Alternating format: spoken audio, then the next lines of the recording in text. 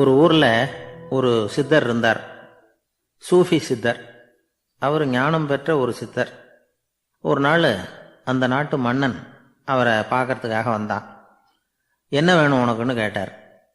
நான் கடவுளை பார்க்கணும், அதுக்கு நீங்கள் தான் உதவி பண்ணணும் அப்படின்னா அவன்.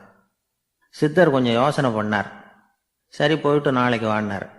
அதே மாதிரி மன்னன் போயிட்டு அடுத்த நாள் வந்தான்.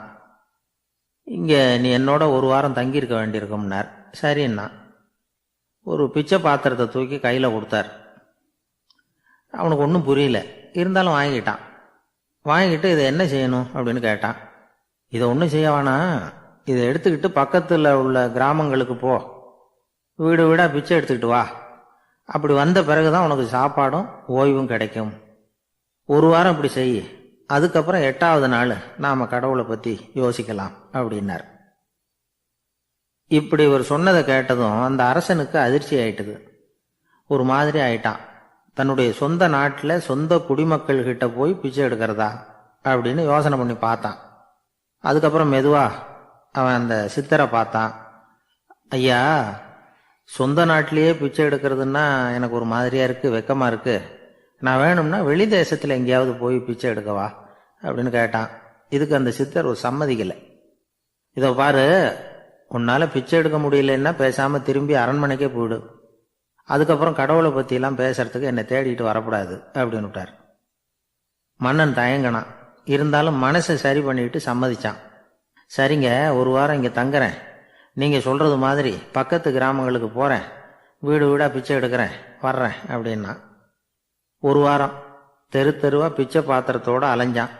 சொந்த ஊரில் சொந்த குடிமக்கள்கிட்ட பிச்சை எடுத்தான். 7 நாள் முடிஞ்சது. 8வது நாள் அந்த சித்தர் மன்னனை கூப்பிட்டார்.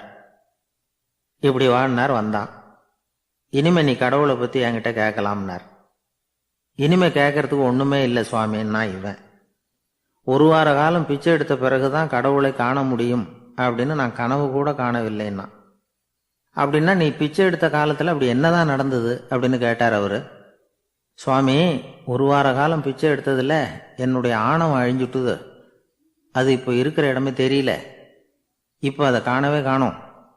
பிச்சைக்காரனாக இருந்தப்போ பெற்றதை மன்னனாக இருக்கும்போது பெற முடியாதுங்கிறத புரிஞ்சுக்கிட்டேன் அப்படின்னா மன்னன். அடக்கம் பிறந்தவுடன் தெய்வீக கதவுகள் திறந்து கொள்ளுகின்றன அப்படிங்கிறார் ஓஷோ. நம்மால் ஒருத்தன் ஆணவம் அழியணுங்கிறதுக்காக ஒரு திருவோட்டை எடுத்துக்கிட்டு தெரு தெருவா பிச்சை எடுக்க ஆரம்பிச்சான். என்ன, தெய்வீக கதவுகள் திறந்துதா அப்படின்னு கேட்டார் ஒருத்தர். தெய்வீக கதவு திறக்கிறதுக்கு முன்னாடியே எங்க வீட்டு கதவு சாத்திக்கிட்டுதுன்னா. என்னடா சொல்றேன்னார். இனிமே வீட்டுக்குள்ளேயே வர வேணாம், இதையே தொழிலா வச்சுக்கோ அப்படின்னு எங்க வீட்டில் சொல்லிவிட்டாங்க சார் அப்படின்னா.